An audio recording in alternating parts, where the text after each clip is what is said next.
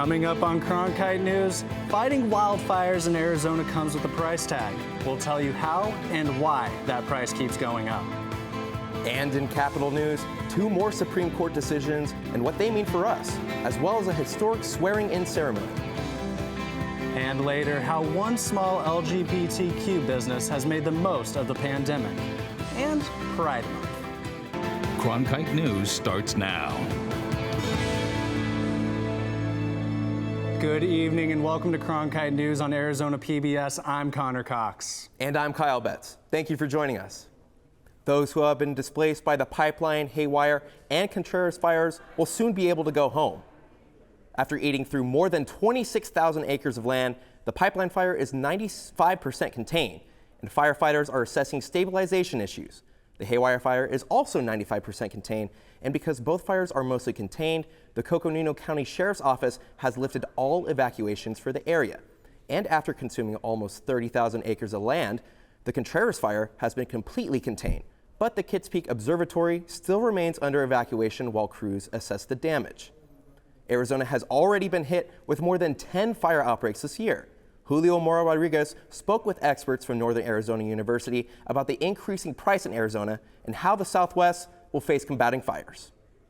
Researchers at Northern Arizona University are looking at how much wildfires cost and how they impact the Arizona economy. It's not just about fire suppression. Wildfires leave behind debris, charred forests, and flooding. These events cause devastation and increase state spending. Currently, we're working on projects looking at the losses from flooding and post-wildfire debris flows.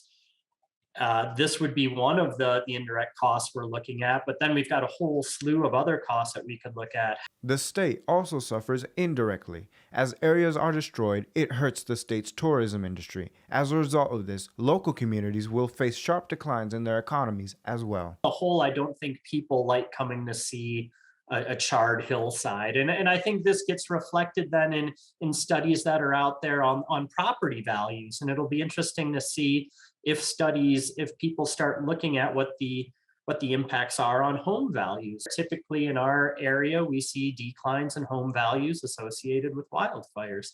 A bipartisan bill sponsored by Senators Kyrsten Sinema and Mark Kelly provides $3 billion to fight fires in Arizona and across the country. The Infrastructure Investment and Jobs Law will invest $61 million directly into Arizona over 10 years. The funds will go to forest restoration in 4 different locations, including Flagstaff and Coconino. Costs related to reforestation are also something states and national governments grapple with. Increased forest density and the dry climate make for the perfect environment for intense wildfires. If we were to do restoration, fuels treatment, mitigation, if we were to use prescribed fire to reduce the hazard, we also know that creates potential benefits in terms of ecosystem function, water quality and quantity, improved wildlife habitat, improve scenic beauty and cultural values. Those are much harder to put a dollar amount on.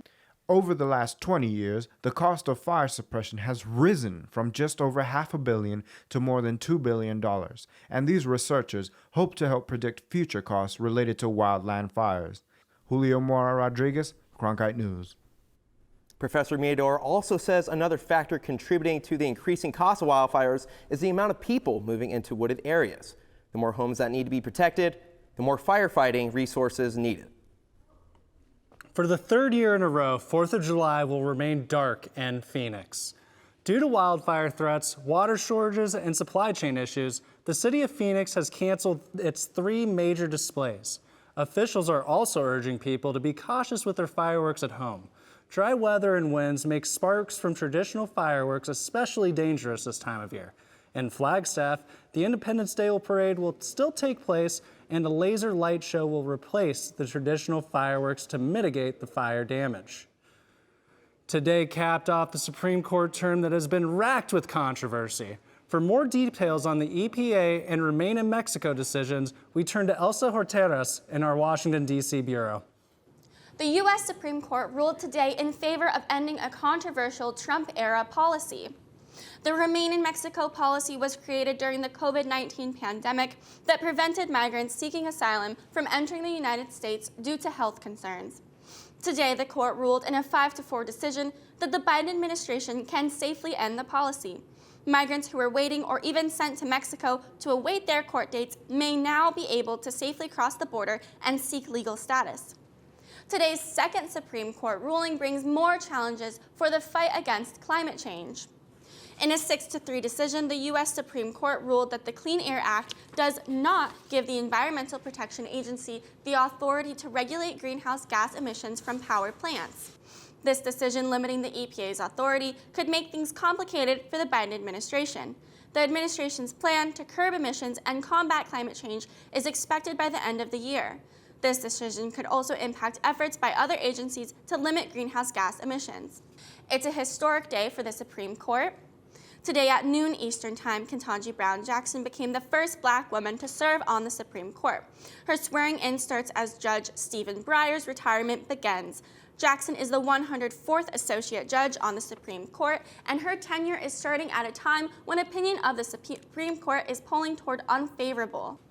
The first COVID vaccinations were administered in the U.S. way back in December 2020, but it was just this month that the vaccine was approved for kids under the age of 5. Response to that news has been lukewarm in Arizona. As soon as Andy Greenberg heard the FDA had okayed COVID vaccinations for children as young as 6 months, he rushed to get his toddler signed up. Been so excited, just waiting for this moment. But not every parent is so eager. In the 2 weeks since shots were approved, just under 4,900 children under 5 had been vaccinated, according to numbers released Wednesday by the State Health Department. That's just over 1% of that age group. That's not impressive at all. Humble thinks some parents may not be in a rush because their kids may have already contracted a mild case of COVID. I think one of the most dominant reasons is that so many parents know that their kid has already been infected. Parents like Abby Gibson of Gilbert. All 4 of her kids have had mild cases of COVID, so she decided to hold off on vaccinations for now. It's not a huge risk for children to develop complications from COVID. I think we've seen that in the numbers, and also I have anecdotal data. She is also hesitant because all 4 of her kids have autism.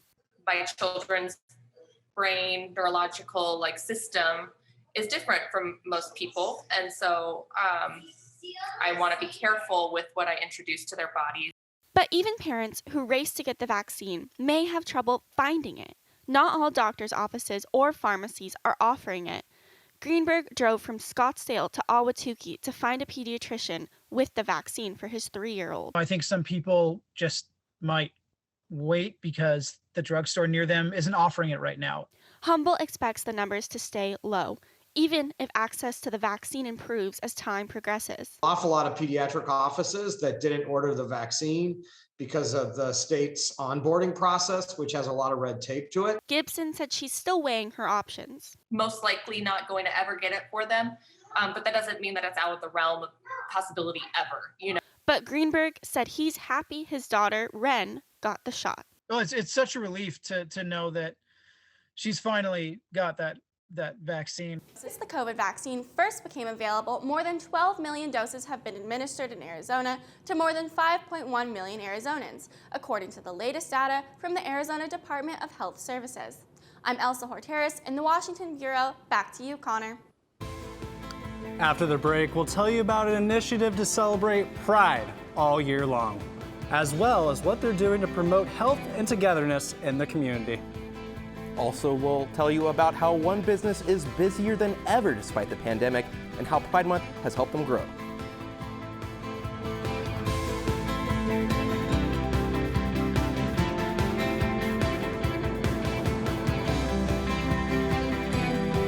Let's go right up in here and start having some fun.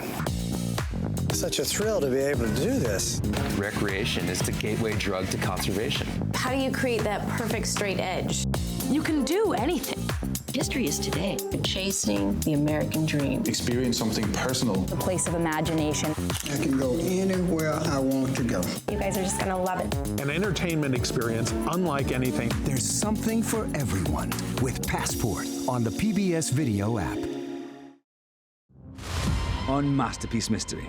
Evil can find its roots so easily in an English village.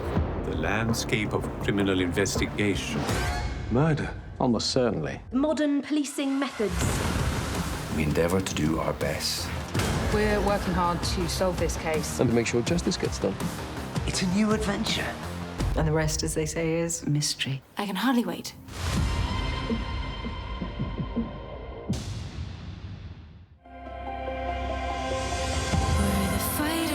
We tell ourselves stories as a nation. These stories need to be highlighted. They need to be explored. We're the dreamers. How serious is America's commitment to looking at its history? How can we learn from the past?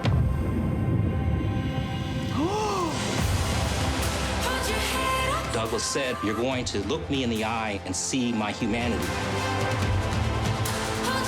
It's illuminating. I'm seeing the expansiveness of my history. It's pretty great. There's so much richness to Black life and Black culture. I think the story of Muslims in America is the story of America. Tonight, they are free. I cannot imagine how excited he must have been. It's a wonderful feeling. This is why we do this. It makes me even more committed to struggling for a better world. Pride in Arizona is not ending in June, but continuing all year, thanks to a program from the University of Arizona. The All of Us Research Program, an initiative of the National Institute of Health, aims to engage more than 1 million people who reflect the diversity of Arizona's communities. Part of this engagement includes Pride 365, a year-long series of community events focused on the LGBTQ+ community. Leaders of the program say that they created this series to increase engagement and education opportunities. Upcoming events include a rent sing-along, HIV education night, and a mobile health unit COVID-19 education event. For more details about upcoming events, you can visit allofusaz.org. Pride Month is coming to a close, and many LGBTQ+ businesses are busier than ever. With customers ready to spend locally, entrepreneurs are thinking creatively when it comes to business decisions.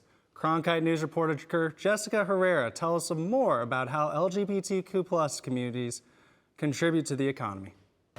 Phoenix Cookie, a Puerto Rican eatery, had its first taste of success as a popular food truck in the Melrose district. Despite the challenges of the pandemic, the owners decided to expand with a restaurant when the economy wasn't at its best. We knew that we had already hit that peak in our food truck business. Really when you get to the point where you're running out of food every weekend and you still have people wanting to buy, then you're at that point just losing money. LGBTQ+ entrepreneurs like Carvajal also feel the effects of inflation and are thinking of new ways to balance out the cost for customers. With our pricing, we developed a fast casual model. So that way, we're not, spending a lot of that money on a lot of server staff, wait staff, hostess. It really helps us keep those prices low so that we still see a lot of customers coming in. According to the U.S. Small Business Administration, there are 1.4 million LGBTQ+ owned businesses across the country. They help generate trillions to the economy. That is major, absolutely a huge buying power. Members of the LGBTQ+ community encourage others to think before they buy. Definitely need to be aware of where we're spending our dollars and how we can help our community by buying local and buying from small businesses. And showing support can be quite simple. Pride sticker on the door, small little gesture like that shows people right from the get-go it's a welcoming space, it's a safe space, and all are welcome. The LGBTQ+ business community, like others, are learning and adapting to the ever-changing economy. Carvajal says the use of social media contributed to their success.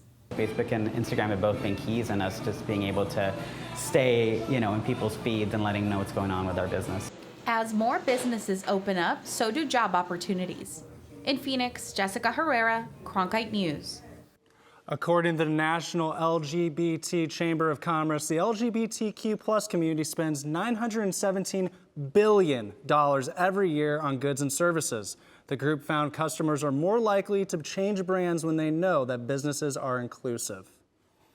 Let's check in with the Weather Center for the 4th of July forecast. Omar? Welcome in, everybody. Hope you're having a great Thursday. Taking a look at our future forecast for today, we're seeing a whole lot of rainfall making its way down from the south up to the north, primarily on the East Coast area. Because of that, we're seeing a whole lot of different on our heat map. As I was saying, because of that rain, the East Coast right here is staying at a 2-digit average compared to the West Coast with a 3-digit average throughout the week.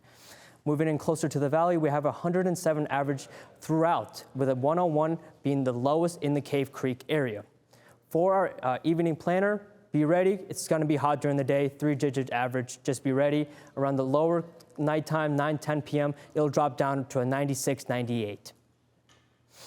For our 8-day forecast, same thing. Be ready for 3-digit weather during the days and around cooler drop-off 86, 84 at night. Monday, hope you're having a great 4th of July. Get some good barbecue, but make sure you're still wearing that sunscreen because it's going to be hot. And then around cooler weather of 86, 85 average throughout the night. From the Cronkite Weather Center, I'm Omar Yaqub. Thanks for joining us.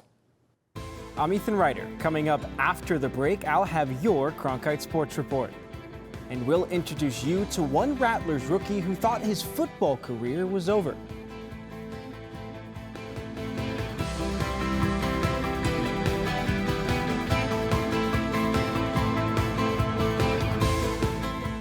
Okay, let's go right up in here and start having some fun. Such a thrill to be able to do this. Recreation is the gateway drug to conservation. How do you create that perfect straight edge? You can do anything. History is today. Chasing the American dream. Experience something personal. A place of imagination. I can go anywhere I want to go. You guys are just going to love it. An entertainment experience unlike anything. There's something for everyone with Passport on the PBS Video app. On Masterpiece Mystery. Evil can find its roots so easily in an English village. The landscape of criminal investigation. Murder, almost certainly. Modern policing methods. We endeavor to do our best. We're working hard to solve this case. And to make sure justice gets done. It's a new adventure. And the rest, as they say, is mystery. I can hardly wait.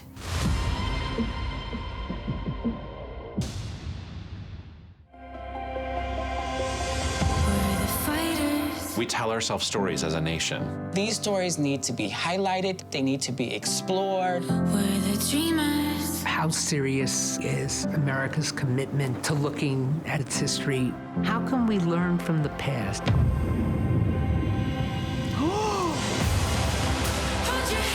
Douglas said, you're going to look me in the eye and see my humanity. It's illuminating. I'm seeing the expansiveness of my history. That's pretty great.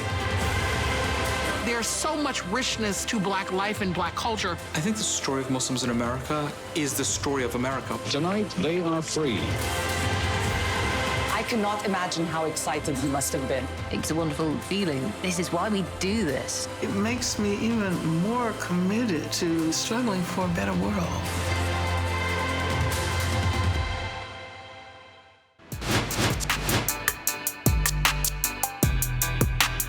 Welcome back to the Cronkite Sports Report. I'm Ethan Ryder.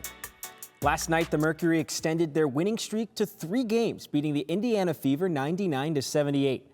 A season-high 29 assists led to the Mercury having 7 players in double digits, tying a WNBA record for the second time as a franchise. Diana Taurasi's All-Star snub was on head coach Vanessa Nygaard's mind as she talked about her effort on defense. She's the heartbeat of our defense. If you could see it closely, how she communicates on the backside and is talking and moving and doing everything she can to help make sure everybody is on the same page. Clearly, that's not where they give all-star votes for. There will be a game in Chicago, but it will not be an all-star game because Diana Taurasi is not playing. If you have read through Phoenix Rising Twitter during their 4-game losing streak, you might believe current head coach Rick Schantz is on the hot seat. But according to general manager Bobby Dooley, it's a different story. The GM spoke to media on Tuesday and expressed belief in the current man in charge. He spoke on Schantz' past at the Rising and ability to get out of rough stretches like what the team is in right now. He's confident Schantz won't give in at any point, while Schantz himself knows he wants to be with this team.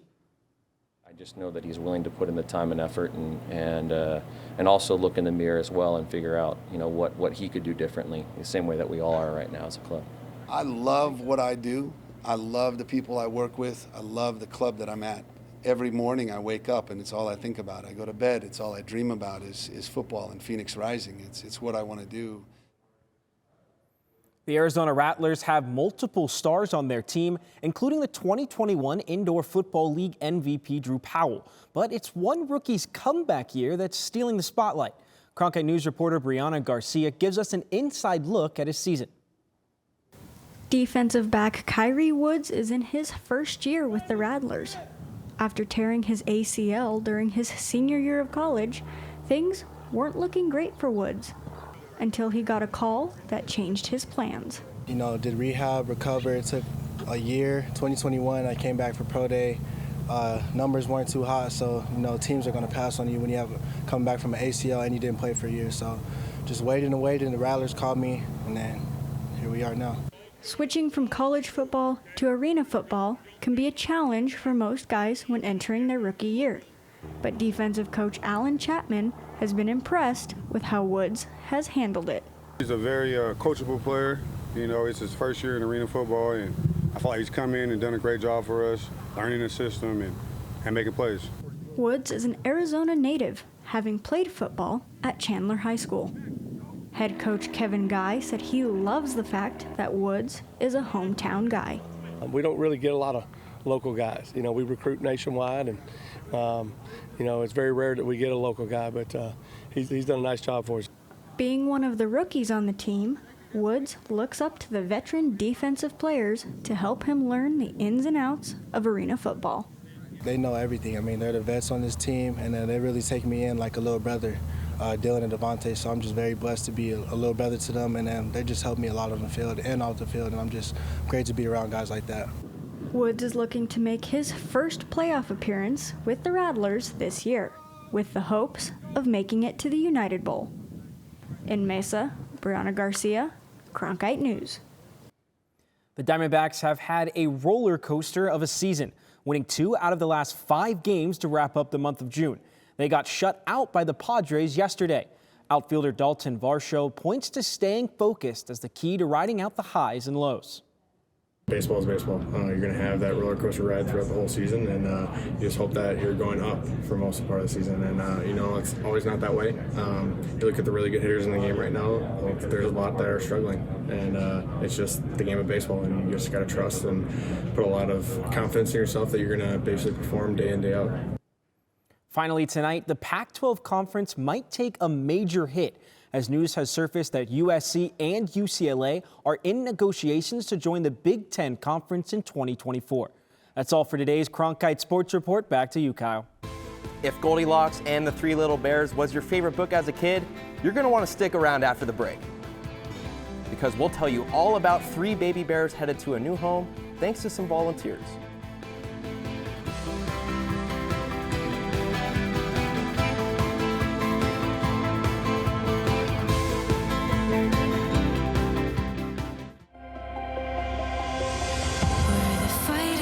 We tell ourselves stories as a nation. These stories need to be highlighted. They need to be explored. We're the dreamers. How serious is America's commitment to looking at its history? How can we learn from the past?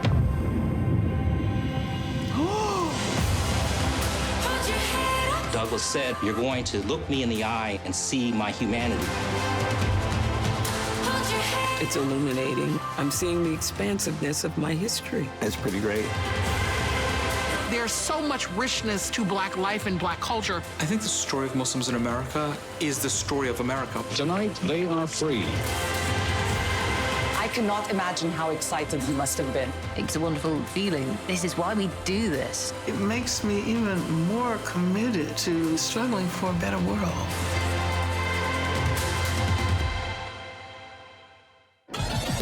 Welcome. How utterly charming. Are you ready to get it going? How does an English fan come to be Italian Riviera? A fresh start.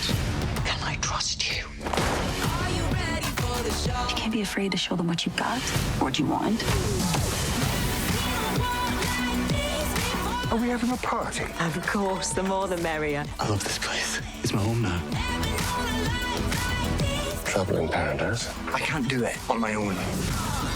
This is revenge. there are consequences. Be careful. Nothing like this. Nothing like this. Oh.